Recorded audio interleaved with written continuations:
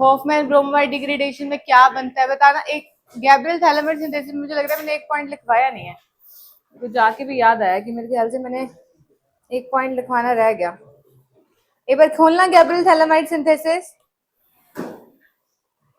इसमें एक पॉइंट लिखाना रह गया था, लिखवाया था, पता नहीं, याद नहीं आ रहा मुझे कि एरोमेटिक प्राइमरी अमीन नहीं बना सकते इस रिएक्शन से। अच्छा लिखवा दिया था क्या? मेरे को लगा इस क्लास से गई हूँ, मेरे को याद आया कि नहीं लिखवाया मैंने। अच्छा लिखवा दिया था ना, लिखवा रखा है ना। केमिकल रिएक्शंस की हेडिंग डालो, केमिकल रिएक्शंस की हेडिंग डालो।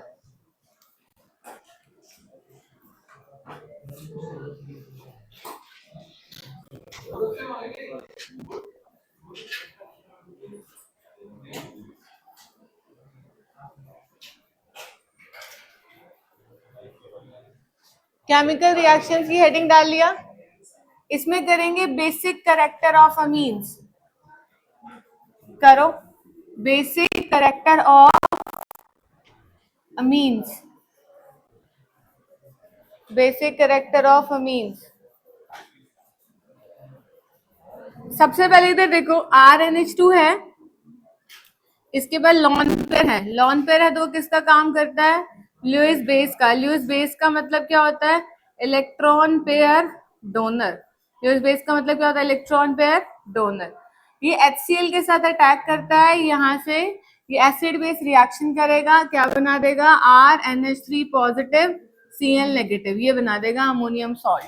ठीक है, क्या बना देगा? Ammonium salt. इसी तरह से अगर ये आपके पास एनिलीन है, एनिलीन है, एनिलीन की रिएक्शन हमने करा दी HCl के साथ, तो एनिलीनियम आयन बना देगा, इसका सॉल्ट बना देगा। किसका सॉल्ट बना देगा? एनिलीनियम आयन का सॉल्ट बना देगा, क्योंकि बेस है, बेस का काम H प्लस को एब्स्ट्रैक्ट कराना है, तो एनिलीनियम क्लोराइड बन गया। यहाँ नाम लिख लेना, पीछे एनिलीन है तो एनिलीनियम क्लोराइड हो गया। ये R था, जनरल एलिफेटिक ले लिया था मैंने, तो इसका नाम क्या है? एनिलीनियम क्लोराइड है। आगे देखेंगे, RNH2 अगर वाटर के साथ रिएक्शन करता है तो बना लेगा, इधर देखो RNH3 पॉजिटिव और OH नेगेटिव। बेस ने क्या करा? प्रोटॉन को एब्स्ट्रैक्ट कर लिया। बेस ने क्या करा? प्रोटॉन को एब्स्ट्रैक्ट कर लिया। यही काम होता है बेस का, प्रोटॉन को एब्स्ट्रैक्ट करना। तो डिसोसिएशन कांस्टेंट लिखेंगे, ये इक्विलिब्रियम में रिएक्शन होती है, 11th क्लास का इक्विलिब्रियम यूज होएगा यहाँ पे। डिसोसिएशन कांस्टेंट लिखेंगे, क्या होता है? Concentration of product divided by concentration of reactant, divided by concentration of reactant, concentration of product divided by concentration of reactant। ठीक है, अब K इंटू इक्विलिब्रियम कांस्टेंट को वाटर से, कंसेंट्रेशन ऑफ वाटर से मल्टीप्लाई कर देंगे तो क्या बनेगा? RNH3 positive OH negative divided by क्या बनेगा? RNH2 बन गया, ये बन गया। K इंटू डिसोसिएशन, ये K इंटू वाटर से मल्टीप्लाई करते हैं तो एक अनदर डिसोसिएशन कांस्टेंट आता है, जिसका मतलब है Kb। ये क्या है? Dissociation constant of base. क्या है ये? Dissociation constant of base. किसका डिसोसिएशन कांस्टेंट है ये? बेस का। क्या आएगा ये? RNH3 positive OH negative divided by RNH2। इसका मतलब क्या है? इसका मतलब ये है Kb dissociation constant of base OH negative ion के डायरेक्टली प्रोपोर्शनल है। मतलब जैसे जैसे जैसे ही बेसिसिटी बढ़ेगी, बेसिसिटी बढ़ने का मतलब, बेसिसिटी बढ़ेगी तो Kb बढ़ेगा, Kb बढ़ेगा और Pkb क्या होगा? कम। Pkb क्या हो जाएगा? कम। बेसिसिटी बढ़ेगी तो Kb बढ़ेगा, Pkb कम होगा। Pkb क्या होता है? Pkb क्या होता है? Pkb होता है माइनस लॉग ऑफ Kb। ठीक है, पहले एसिडिटी में भी तो यही चीज पढ़ी थी ना, ठीक है ना, समझ आ गई। अब वही बेसिक कैरेक्टर वाले में क्वेश्चन आएंगे 11th क्लास की एसिडिटी बेसिसिटी के, जो जीओसी में पढ़े हैं आपने, वही आएंगे। मैं तो एक दो, क्योंकि है सारा 11th का टॉपिक, बस ऐसे ही रैंडमली एक आध एग्जाम्पल देके ये टॉपिक खत्म कर रही हूँ। ठीक है, क्योंकि सारा 11th का है, वो चीज तो आप 11th में पढ़कर आए हो, यहाँ तो सिर्फ एक जैसे एक नाम है तो बस मैंने उस नाम के हिसाब से आपको करा दिया, ठीक है। बाकी आप सारी चीजें 11 में पढ़ कर आए और डिटेल में अपना 11th का टॉपिक फिर से गो थ्रू करना है, ठीक है जी, समझिए।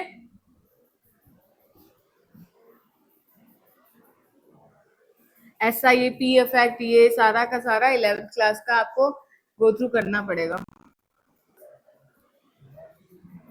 मिथेनमीन नाम लिखते रहना इसके नीचे, methanamine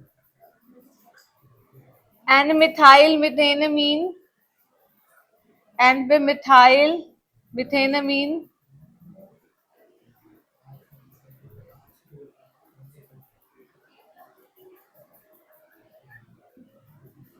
N comma N dimethyl, N comma N dimethyl methanamine. इन तीनों की बेसिक कैरेक्टर को करना है, डिफाइन करो, ऑर्डर में अरेंज करो।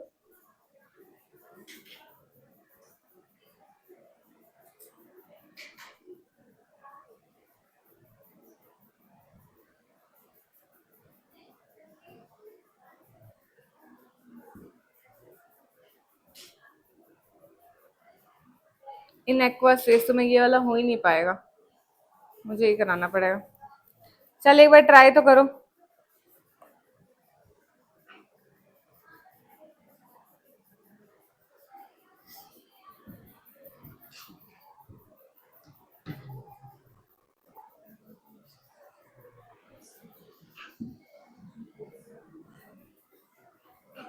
करना बताना कैसे लगाओगे, जनरल कॉन्सेप्ट लगाओ,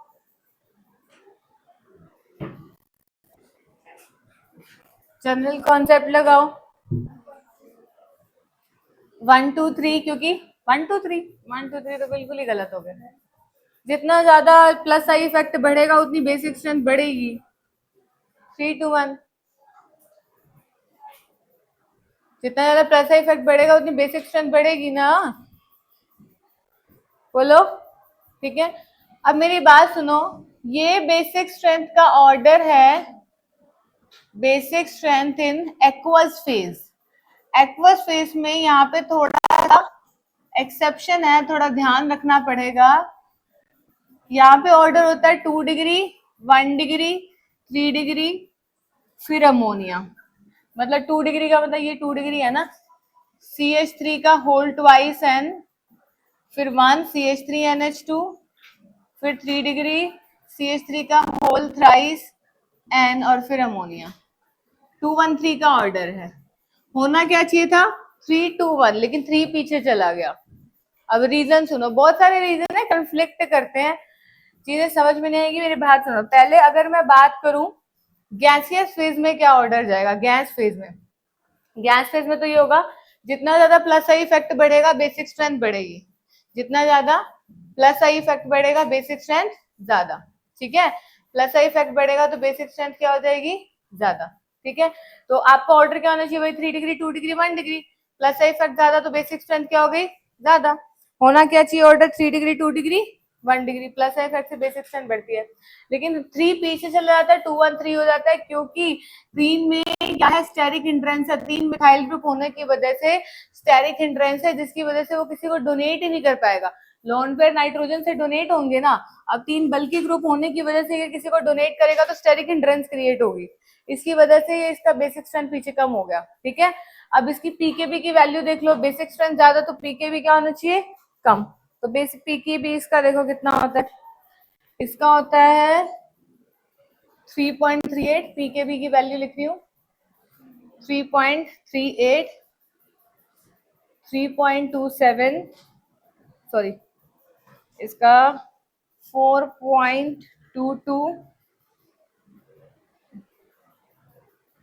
3.27, 3.38, ठीक है।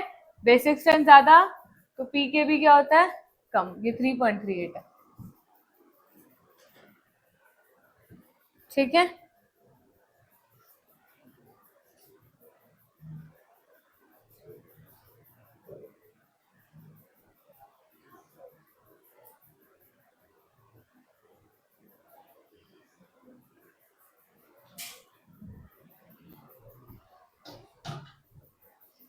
ठीक है, अब अगर इसका लगाएं ऑर्डर बताओ।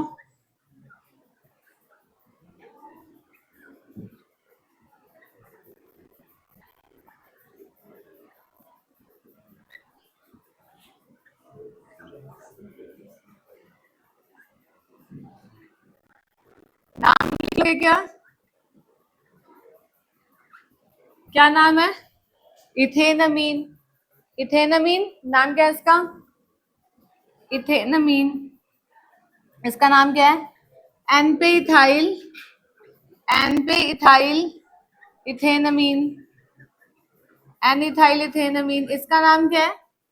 N comma N, N comma N diethyl, diethyl ethanamine, N comma N diethyl ethane amine. समझ में आ गया? लगाओ बेसिक स्ट्रेंथ का ऑर्डर क्या जाएगा?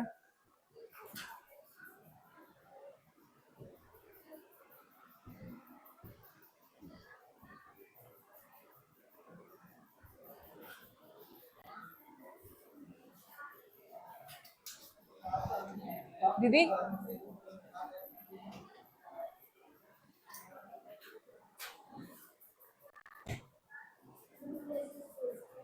जैसे उस फेज में था,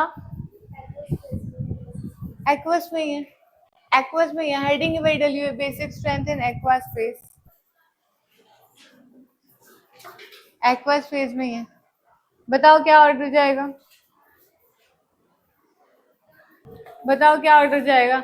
इसमें 213 का ऑर्डर था, इसमें जाएगा ऑर्डर 2 डिग्री, 3 डिग्री, 1 डिग्री, फिर अमोनिया।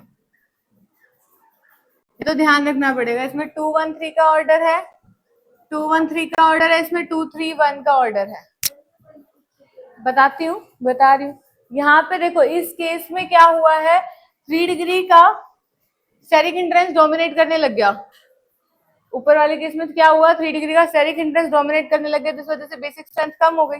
यहाँ पे ऐसा देखा गया कि प्लस का इफेक्ट अगर CH3 और Ca2H5 के कंपैरिजन में किसका होता है प्लस का इफेक्ट ज्यादा? C2H5 का। तो इसके हिसाब से तो ऑर्डर तो 3 डिग्री 2 डिग्री 1 ही होना चाहिए, होना चाहिए ना। अब 3 उठ के यहाँ चला गया, क्योंकि 3 के साथ प्लस का इफेक्ट तो है ही है, लेकिन स्टेरिक हिंड्रेंस भी तो ज्यादा है, प्लस का इफेक्ट भी और स्टेरिक हिंड्रेंस भी ज्यादा। तो दोनों चीजों को देखकर एक्सपेरिमेंटली ये फाइनल रिजल्ट निकला, क्योंकि बेसिक स्ट्रेंथ में स्टेरिक हिंड्रेंस भी डोमिनेट कर रहा है, वो भी लग रहा है, साथ साथ में CH3 और C2H5 को कंपैरिजन किया जाए तो उसका प्लस का इफेक्ट भी लग रहा है। तो एक चीज नहीं, किसको देखना पड़ेगा? दोनों चीजों को, और दोनों चीजों को देखना पड़ेगा तो फिर सारी चीजें आएंगी। ठीक है, क्लियर है, समझे? तो क्या ऑर्डर चला गया? 231। ध्यान रखना CH3 में 213 आता है और C2H5 में क्या आता है? 231। ठीक है, समझ गए? और गैसियस फेज में खुद से ऑर्डर लिख लो, 3 डिग्री 2 डिग्री 1 डिग्री और फिर नॉर्मल अमोनिया। गैसियस फेज में खुद से ऑर्डर लिख लो, अमीन का 3 degree amine, 2 degree amine, 1 degree amine, फिर अमोनिया। गैसियस फेज में नॉर्मल कोई भी अमीन हो जाए, 3 डिग्री 2 डिग्री 1 डिग्री फिर अमोनिया। ठीक है, समझ गए? ठीक है, अब पीकेबी की वैल्यू भी नोट डाउन कर लेना है इसकी। इथेन अमीन की है पीकेबी की वैल्यू 3.29, एनिथाइल इथेन अमीन की है 3.20, इसकी है 3.25। ठीक है,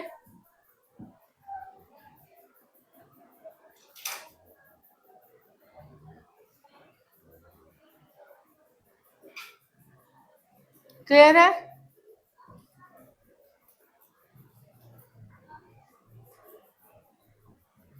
क्लियर है जी? डालना इसी में नेक्स्ट हेडिंग डालो, अराइल अमीन वर्सेस अमोनिया, अराइल अमीन वर्सेस अमोनिया।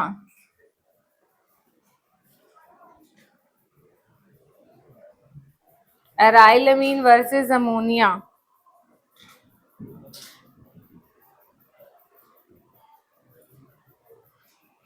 अब मुझे एक बात बताओ, एक जगह अराइल अमीन हो, मतलब एनिलीन है, अराइल अमीन में तो अपना एनिलीन ही लेके चलेंगे हम, अराइल यानी कि एरोमेटिक रिंग।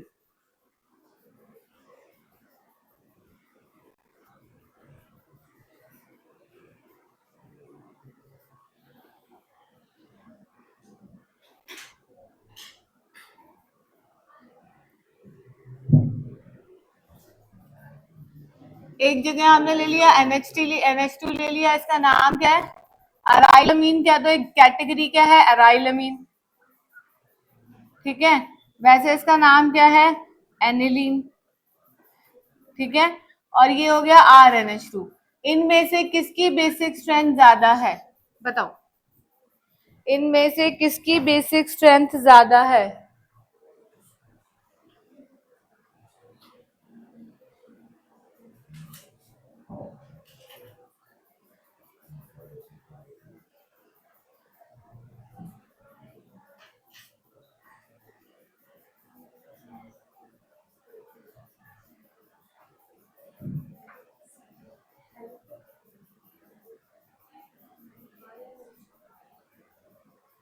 कि इसकी क्यों नहीं है? हाँ, इसका एक तो बेंजीन का माइनस आई इफेक्ट है, ऐसे कह दो, तभी तो इसके लोन पेयर तो कहाँ जा रहे हैं? रिंग में। अगर लोन पेयर रिंग में कॉन्जुगेशन के लिए जाएंगे तो बेसिक स्ट्रेंथ क्या हो जाएगी? कम। लोन पेयर रिंग में कॉन्जुगेशन के लिए जाएंगे तो बेसिक स्ट्रेंथ क्या हो जाएगी? कम। तो बेसिक स्ट्रेंथ किसकी ज्यादा होती है? बेसिक स्ट्रेंथ किसकी ज्यादा होती है? अमीन की। ठीक है, एलिफेटिक अमीन की। RNH2 में तो लोन पेयर रिंग में कॉन्जुगेशन में जा रहे हैं तो बेसिक स्ट्रेंथ क्या हो जाएगी? कम। ठीक है,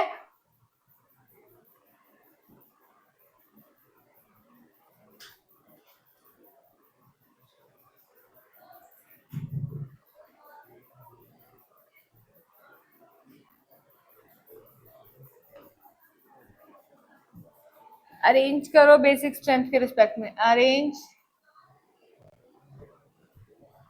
in order of basic strength. Arrange in order of basic strength.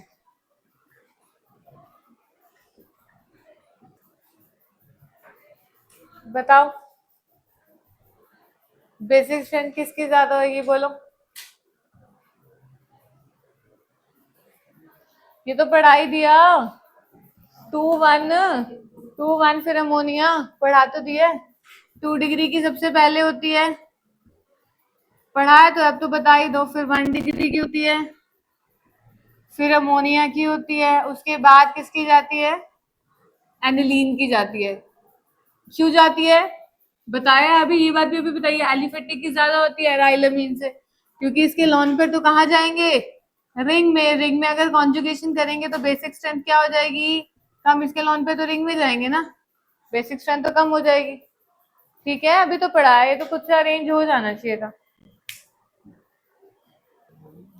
कराओ, ट्राई करो थोड़ा, कैसे करते हैं? हर जगह सेम चीजें तो चल रही हैं।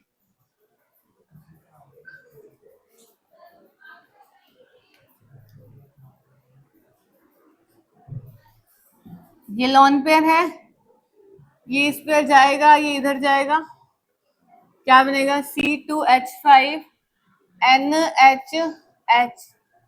फिर ये क्या है? C double bond CO minus, यहाँ Cl है, यहाँ पे CH3 है।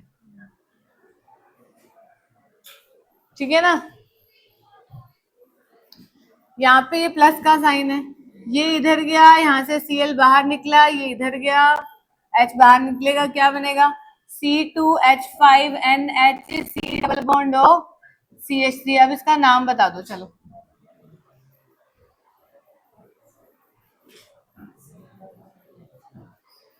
नाम क्या है इसका? हर जगह बेस ऐसे ही अटैक करता है, कोई नई चीज तो नहीं है यहाँ पे। नाम बताओ।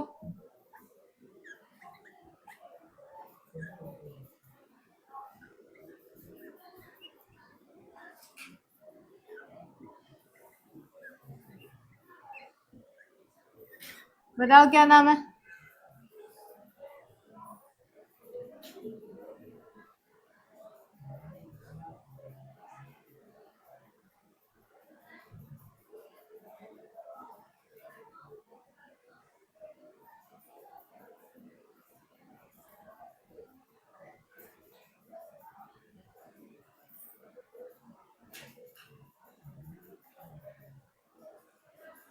N पे इथाइल है, तो N पे क्या बोलेंगे? इथाइल। इथेन अमाइड, अमाइड होता है ना C1H2 ग्रुप को क्या कहते हैं? Ethane amide. N पे क्या? इथाइल ग्रुप है, एनिथाइल इथेन अमाइड। करो अगला, क्या बनेगा? CH3 CO minus Cl NH C2H5 और ये C2H5। यहाँ पे प्लस है, ये इधर गया, Cl लिविंग ग्रुप बाहर निकलेगा, यहाँ से H प्लस बी बाहर जाएगा, क्या बनेगा? CH3 C double bond O N C2H5 और यहाँ पे भी C2H5। नाम बताओ।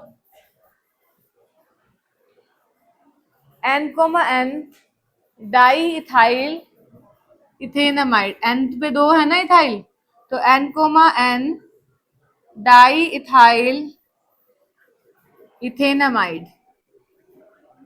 N, N diethyl ethane amide. समझ में आ गया क्या?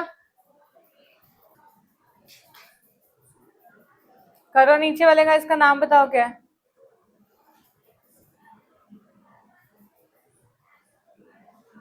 नाम बताओ इसका क्या? एसिटिक एनहाइड्राइड, इथेनोइक एनहाइड्राइड भी बोल सकते हैं, इथेनोइक एनहाइड्राइड। कराओ। NH2 है, ये इस पे अटैक करेगा, ये ऊपर जाएगा, सेम चीज है हर जगह। CH3 CO minus NH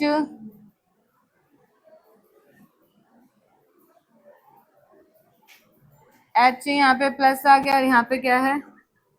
benzene ring.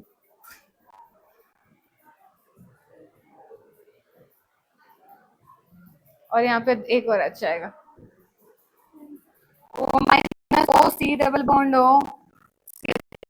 Logic है, ये इधर गया, यहाँ से H बाहर निकला और ये लिविंग ग्रुप यहाँ से बाहर निकल गया। OCO-CH से एक लिविंग ग्रुप होता है, क्या बन गया?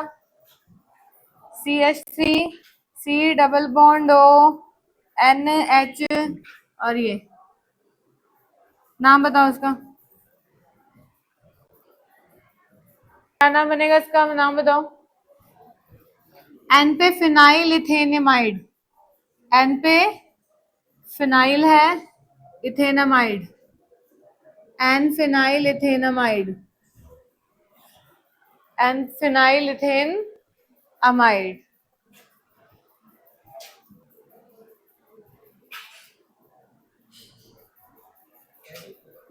क्या नाम बनेगा? ये इस पे अटैक गया, पहले ये इधर गया, क्या बनेगा? C6H5 CO minus Cl NH plus और यहाँ पे क्या है? CH3। ये इधर आया, Cl बाहर निकला, ये यहाँ गया, C6H5 C double bond NHCH3। नाम बोलो क्या है?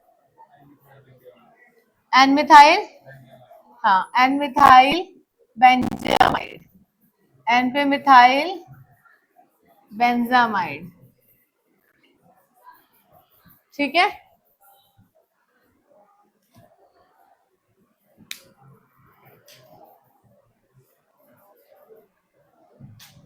ठीक है, करें अगली।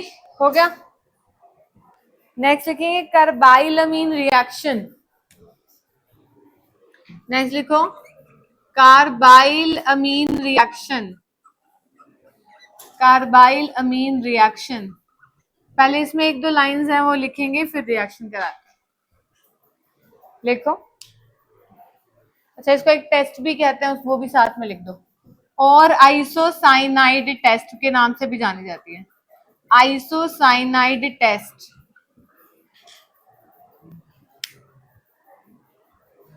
सिर्फ ये बात सुन लो, ये बहुत इंपॉर्टेंट है, पहले ही डाल लो इस पे। ये सिर्फ प्राइमरी अमीन देते हैं ये रिएक्शन। कौन देता है ये रिएक्शन? सिर्फ प्राइमरी। एलिफेटिक भी हो चाहे एरोमेटिक प्राइमरी अमीन हो, सिर्फ वही देंगे। सेकेंडरी और टर्शरी अमीन ये वाली रिएक्शन नहीं देते हैं, याद रखना पड़ेगा। एलिफेटिक प्राइमरी अमीन होंगे, सिर्फ एलिफेटिक प्राइमरी अमीन जो होंगे वही ये वाली रिएक्शन देंगे, ठीक है। सिर्फ कौन देंगे, एलिफेटिक प्राइमरी अमीन ये रिएक्शन देंगे, एरोमेटिक वाले एलिफेटिक और एरोमेटिक प्राइमरी अमीन ये रिएक्शन देंगे, सेकेंडरी और टर्शियरी वाले नहीं देते, ठीक है। तो लिखो इसमें, लिखो aliphatic and aromatic primary amine, aliphatic and aromatic primary amine on heating with chloroform, on heating with chloroform, on heating with chloroform, on heating with chloroform and ethanoic potassium hydroxide and ethanoic potassium hydroxide on heating with chloroform and ethanoic potassium hydroxide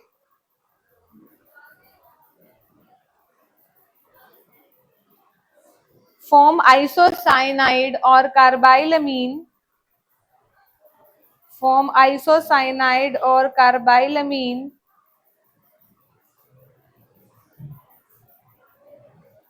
which are foul smelling,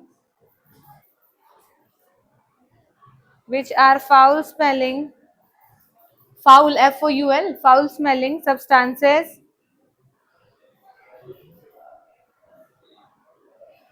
this reaction is known as, this reaction is known as carbylamine reaction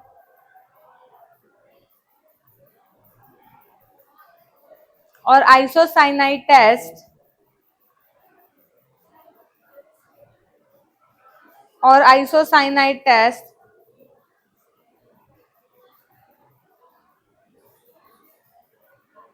and is used for primary amine and is used as a test for primary amine and is used as a test for primary amine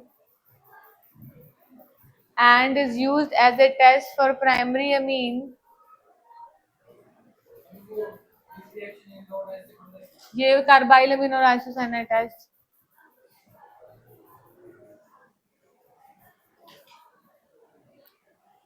Secondary and tertiary amine, secondary and tertiary amine do not show this reaction. Secondary and tertiary amine do not show this reaction. Secondary और tertiary amine ये वाली reaction नहीं देते हैं। Primary amine की reaction चाहे aliphatic हो चाहे एरोमेटिक हो, किसी के साथ भी रिएक्शन करवा सकते हैं ये वाली हम। तो उससे क्या बनेगा, क्या बनेगा बताओ, क्या लिखा है बोलो, आइसोसाइनाइड बनेगा। क्या बनेगा, RNC बनेगा, आइसोसाइनाइड बनेगा, प्लस 3 मॉलिक्यूल KCl के और 3 मॉलिक्यूल वाटर के बाहर आ जाएंगे। एलिफेटिक और एरोमेटिक प्राइमरी अमीन देते हैं, सेकेंडरी और टर्शियरी अमीन ये वाली रिएक्शन नहीं देते। डायरेक्ट ध्यान रखेंगे, आइसोसाइनाइड किसको बोलते हैं, NC को बोलते हैं, NC।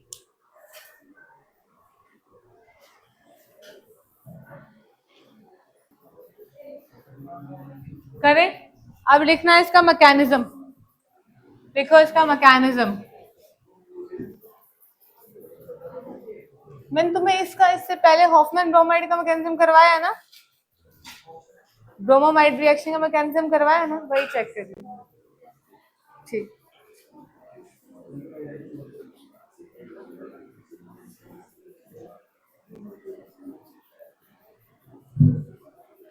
इधर देखो मैकेनिज्म, सबसे पहले क्लोरोफॉर्म है, रिमेटिमन की तरह स्टार्टिंग होगी इसकी, रिमेटिमन रिएक्शन की तरह 3 मॉलिक्यूल बेस के लग रहे हैं। ध्यान रखना ऐसे क्वेश्चन पहले आए हुए, मैंने हॉफमैन ब्रोमोमाइड में भी बताया था कितने मॉलिक्यूल बेस के लग रहे थे, वहां पे कितने लग रहे थे, 4 लग रहे थे। हाँ तो याद रखना वहां पे भी, यहाँ कितने लग रहे हैं, 3। ये बेस ने इस प्रोटॉन को निकाला, मैकेनिज्म की बैलेंसिंग ही है, रिएक्शन की बैलेंसिंग है। ये क्या बनेगा, CCl3 माइनस बन जाएगा और वाटर बन के बाहर निकल गया। ये क्या करेगा, CCl3 माइनस रिमेटिमन रिएक्शन की तरह Cl माइनस आयन बाहर निकालेगा, CCl2 बनेगा। इसका नाम क्या है? डाइक्लोरोकार्बीन। क्या बनेगा? डाइक्लोरोकार्बीन। डाइक्लोरोकार्बीन वहां पे भी यही बनता था रिमिटेमन में, बनता था ना।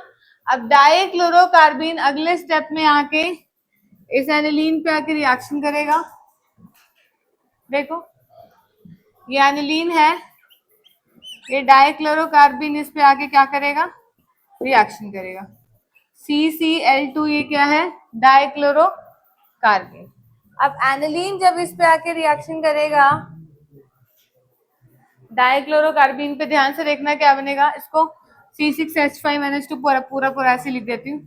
C6H5NH, ये CCl, ठीक है। इसने इस पे यहाँ पे जुड़ गया और यहाँ पे कौन सा साइन आएगा?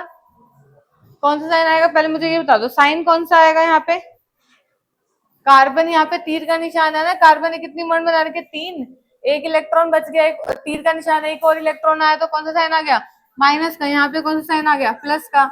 ये इधर गया, ठीक है, यहाँ से बाहर निकलेगा, ये क्या बनेगा? C6H5NH, CCl और यहाँ पे कौन सा साइन है?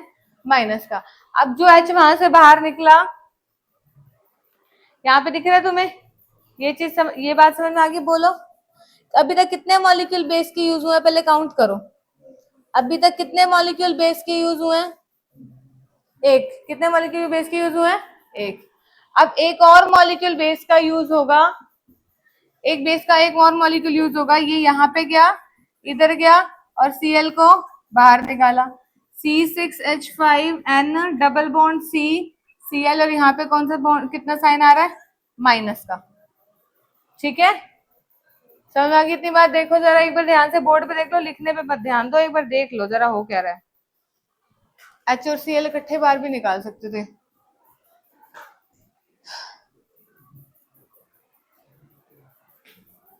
एक सेकंड रुकना, यहाँ पे एक ऐसे कर देते हैं आपको, एक सेकंड रुको।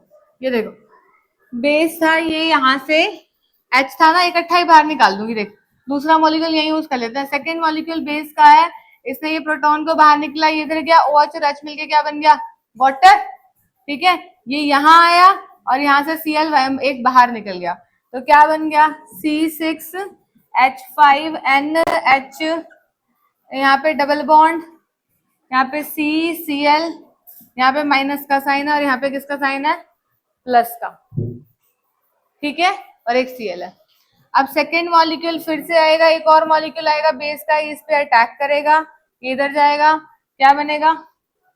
C6H5N और ये, और यहाँ देखो, अब ये देखो यहाँ से Cl इकट्ठा बाहर निकलेगा, ध्यान से देखो, वही चीज समझने की है। इसने इस पे अटैक किया, ये इधर गया, यहाँ से Cl बाहर निकलेगा। C6H5 कोऑर्डिनेट बॉन्ड है, तभी इस तरह से बन रहा है। प्लस और माइनस यहाँ पे रह गया ना, प्लस और माइनस को ही तो कोऑर्डिनेट बॉन्ड कहते हैं। ये चीज तो 11th में सीखी है, इतना तो याद ही होता है, प्लस माइनस कोऑर्डिनेट बॉन्ड पीछे। तो यहाँ से आइसोसाइनाइड बने। कितने यूज हुए चेक करना, एक यहाँ पे गया, दूसरा और वो गया तीसरा। ठीक है।